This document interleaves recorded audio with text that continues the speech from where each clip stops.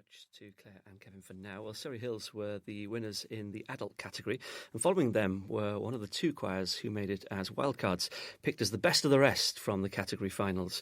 A wildcard won the event in 2010. That was the Wallensian consort. So Les Sirènes from Glasgow were hoping they might follow in their footsteps. 22 female students we've got here, and recent graduates from the Royal Conservatoire of Scotland. They established a dramatic stage presence from the off, and charged with knocking them into shape, the slender figure of the one male in the ensemble. Very brave man, conductor Andrew Nunn. Working with 22 ladies has its problems and at times can be difficult, but I can very much handle myself. That's not something I have to worry about.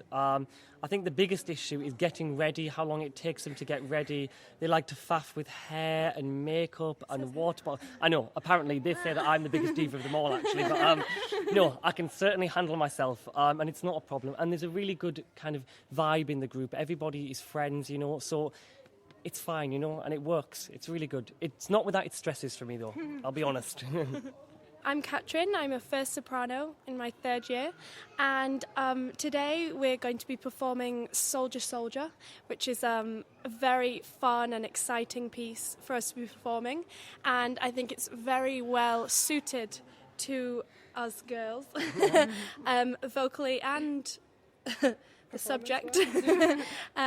We are begging this man really to love us and to be with us, which might be a problem for some of the girls sometimes, but it's great, and we really have put all our performance into it. We've got lots of facial expressions and everything, and then we're going to sing And So It Goes, which is a very moving, very emotional piece, sort of the same kind of subject really deep down, and we really enjoy singing these pieces, and they're really, really, really well suited to the choir.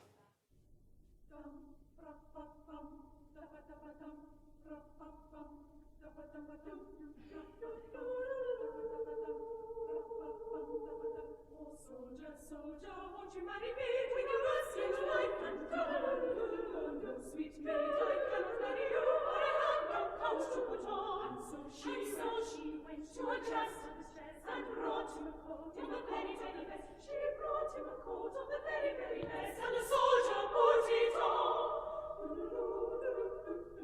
Oh, soldier, soldier, won't you marry me? Bring your rescue life and go. No, sweet maid, I cannot marry you, for I have no hat to put on. And so she went to a dress and brought him a hat of the very, very best. She brought him a hat of the very, very best. Oh, soldier, soldier, won't you marry me?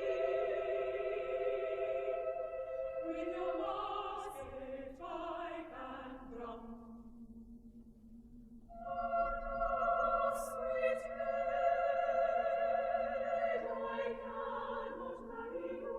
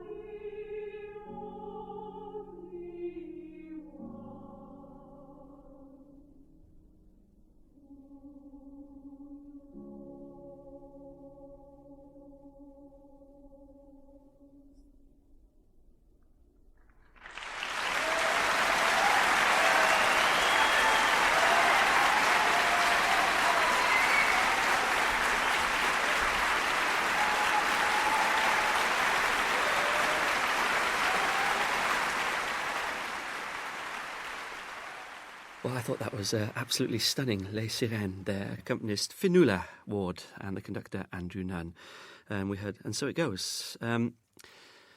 Totally exposed, singing in unison quite a lot of the times. But for me, that was spellbinding. It was. I mean, sitting in the audience, I think this is probably the one that sealed the deal for just about everyone listening to it.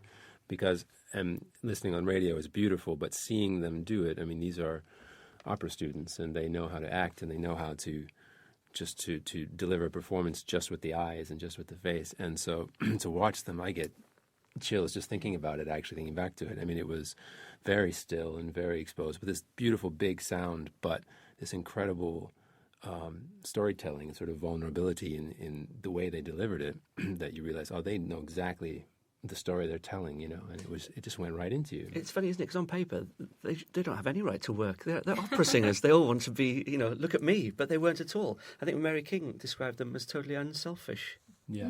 Well, that makes sense. And I think the thing that really excited me about them is that they've taken the best of their experiences as opera singers, as training opera singers. That as Kevin said, they know how to act. They're studying drama. They're studying all these other things.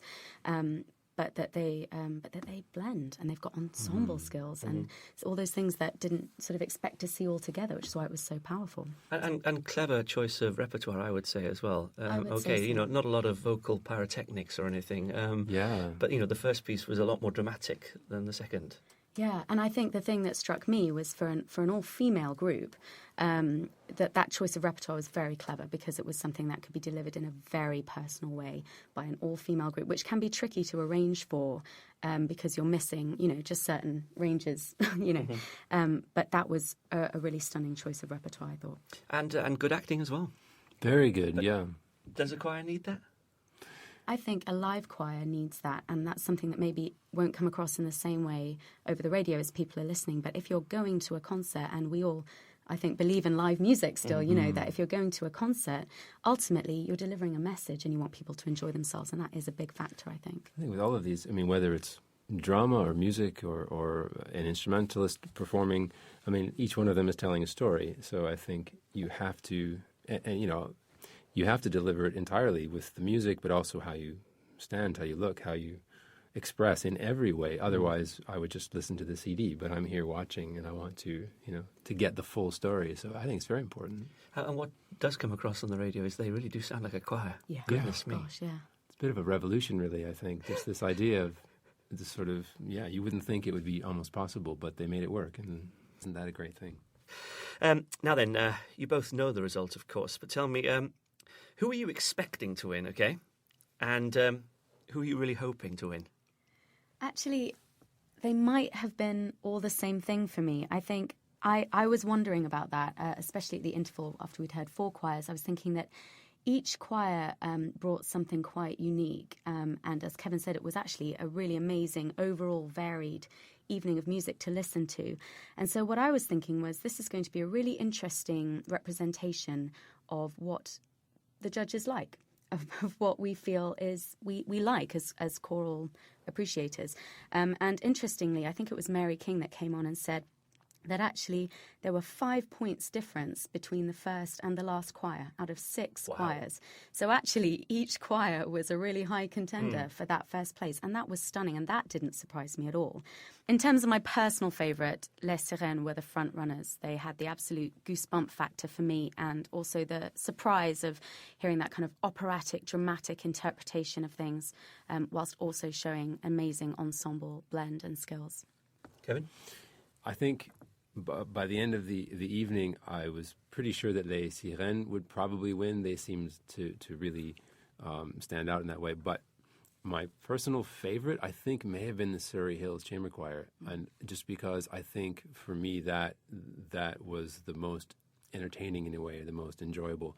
And there was just something about them that I just loved. And I thought, I really kind of hope they win. And they're the hardest kind of group to judge, isn't it? Because there's a sort of factor of I just love this as well. Yeah, absolutely. Well, let's find out who the judges loved. Greg Beardsell, Ruthie Henshaw were on stage, plus with the envelope in hand, Mary King. As it turned out, the result was a closer call, as you said, than anyone had imagined. Let's listen to that announcement. We have done this competition before. I've been on the jury before. It has never been the case that there were only 5 points, in fact slightly under 5 points, between the top choir and the bottom choir. So in a way, although it is a cliche to say, everybody is a winner, and you are all winners, but it is really, really close. We've had a fantastic conversation. We had robust discussions, but we are now in total agreement. And so I am going to open the envelope. Are you ready? And the winner of the Choir of the Year 2012 is Les Sirènes.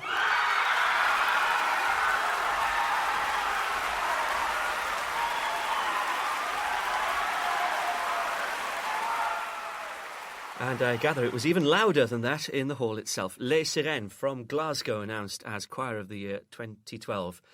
There you go. You called it. Absolutely. They were fantastic, though, weren't they? Absolutely. They are fantastic. Very deserving. And do you think British choral music's moving in a different direction now? You know, the great storytelling, the drama, and also the, you know, operatic voices in a way. I think I would say so, from the choice of the winners, but not just that, but actually the choice of who made it to the finals. I think it was just so striking how different each choir was and how many different types of choral singing were represented, and that really showed, I think, progress in the way that we're moving forwards. Well, the party was also at the Royal Festival Hall. Let's play out with those ever-persuasive voices of Les Sirènes, reflecting on the moment they became Choir of the Year for 2012. Absolutely over the moon. I could not have expected that. We really didn't expect it. We've come such a long way in the past 6 years, and because it's such a good group of friends, it's just like the highest high we could imagine. We're just so proud of Andrew. We just couldn't have done anything without him. The bus home tonight is going to be amazing. Party bus. Party bus. Yeah, I think a bit of wine, a little bit of screaming and shouting Sirène style. I think Glasgow will be celebrating tonight when we get back.